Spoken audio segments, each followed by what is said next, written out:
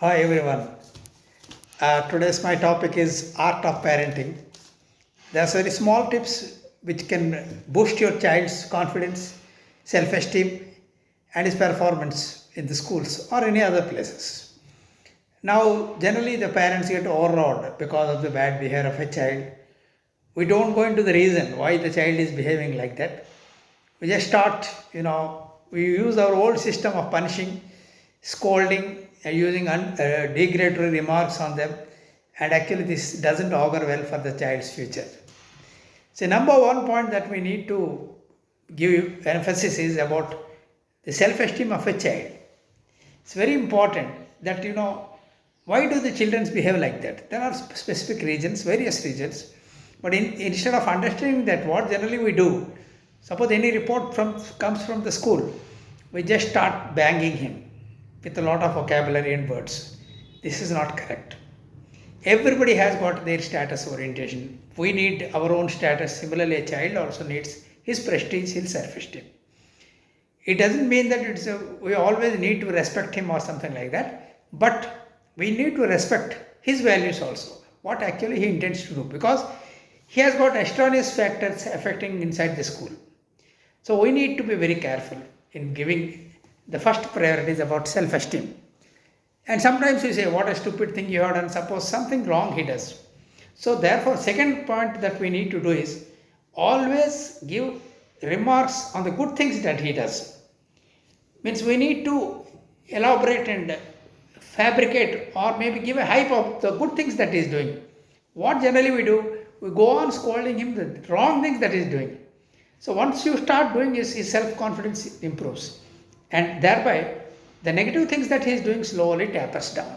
Then generally we all need to give times for the kids. Nowadays you see if both father and mother, both of them are working outside. That doesn't mean you are going to neglect your child. Either the father or the mother, please find out a specific time when which you can interact. At least minimum 4 hours or maximum 3 hours we need to interact with our child.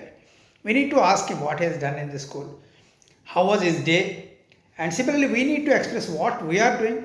So he needs to know what are the responsibilities that you are also taking. Then be a good role model. Whatever we do, the children respond, they follow us. The way you are doing, obviously the children will follow.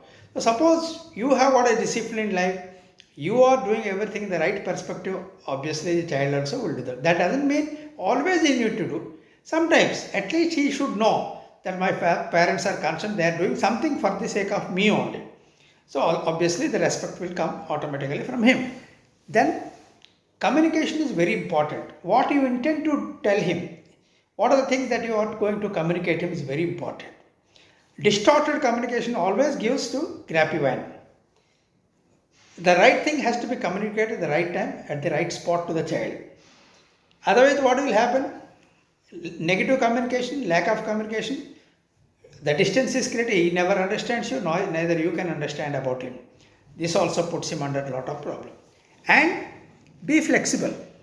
Always it doesn't mean that, you see, the old role model is that, you see, whenever a child does something, we start punishing him. That doesn't hold good today.